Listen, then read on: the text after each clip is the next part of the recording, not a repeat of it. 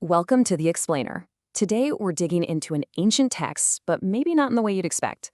We're looking at it not just as a religious work, but as a surprisingly advanced political treatise.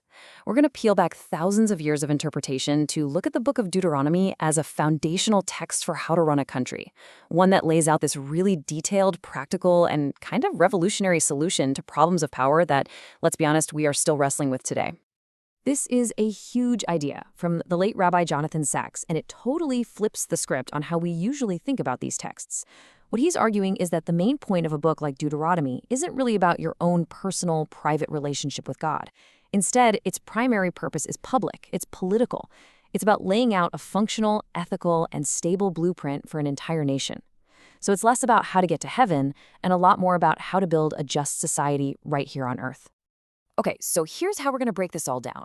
First, we'll explore the core political problem that Deuteronomy is trying to solve. Then we'll get into its really unique three-part government structure, this system of distributed power. After that, we'll look at its radical view of leadership, especially the king, and we'll redefine the role of the prophet, which is so often misunderstood. And finally, we're going to trace its deep, lasting influence on how we even think about politics in the Western world. So this book was written over 2,500 years ago, right? But it tackles this question that is just timeless, one that thinkers from Plato all the way to the people who framed the U.S. Constitution obsessed over. How do you give people enough power to actually lead, to get things done, while at the same time building in real structural protections against the corruption that almost always comes with that power? And its answer was, in a way, really simple, but also totally revolutionary for its time. The solution was don't give all of the power to one person. Period. This is a huge insight that was way ahead of its time. I mean, long before someone like Montesquieu was theorizing about the separation of powers, Deuteronomy was proposing that the key to a stable society isn't finding the perfect angelic ruler, because that's impossible, but instead making sure that authority is systematically and structurally spread out. It's a pretty realistic, almost skeptical take on human nature. So instead of piling all the power onto a single figure, like a god king or a pharaoh, which was the absolute norm everywhere else back then, Deuteronomy splits it up. It divides authority among three distinct groups. And what this creates is this incredible ancient system of checks and balances. It was specifically designed to stop any one person or any one group's idea of how things should be from getting total, unchecked control over the nation. So here's how they sliced it up. You had the monarch, the king, who was basically the executive branch. He handled national leadership, defense, civil order. Then you had the priestly class from the tribe of Levi. They were in charge of the judicial and educational side of things. And then there were the prophets, who served this unique, really crucial third role as a kind of independent moral check on the other two. Now, what's really clever about this, the thing that makes the whole system tick, is how these roles were filled. See, the monarchy and the priesthood, they were hereditary. That gives you stability, continuity. But, and this is the key, the role of the prophet was explicitly not hereditary.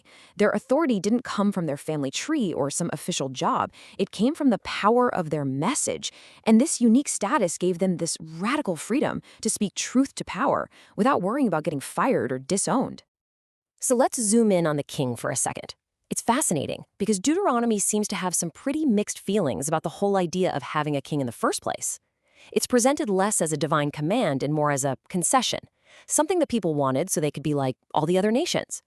This suggests a deep skepticism about concentrated power from the very beginning.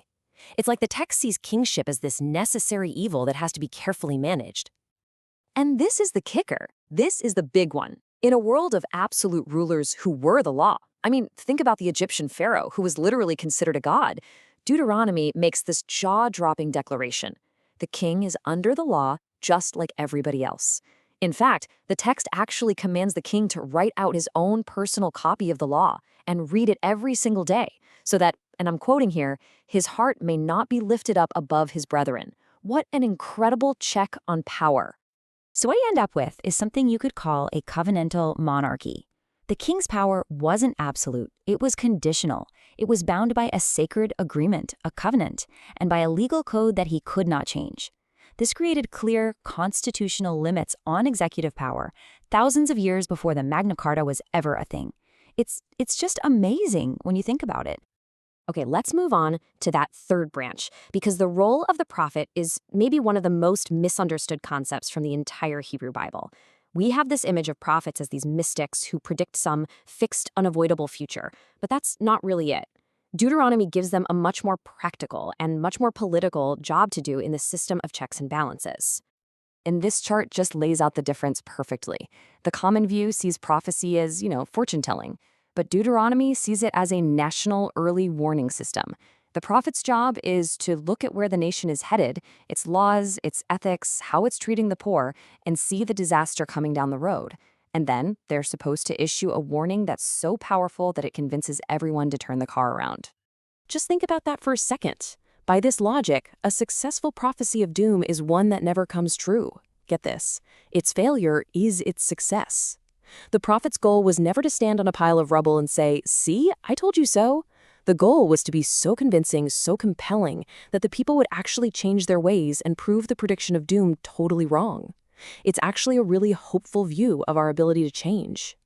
So, what does that make the prophet? It makes them an essential independent check on the power of both the king and the priests.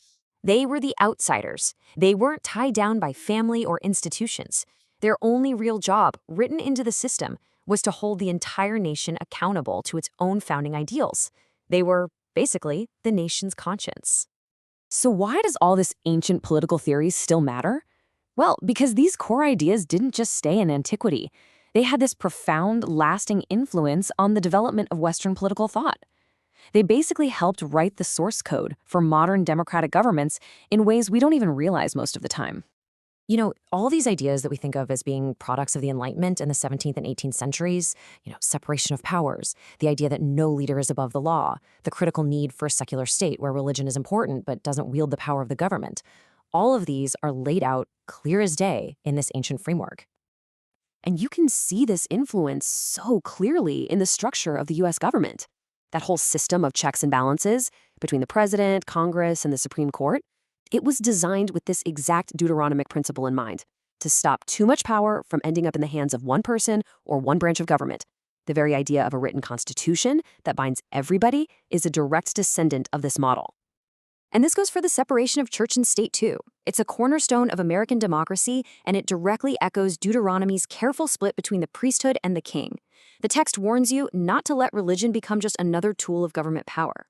And that's a two-way street, right? It protects the government from religious control, but it also protects religion, keeping it free to have that critical prophetic voice.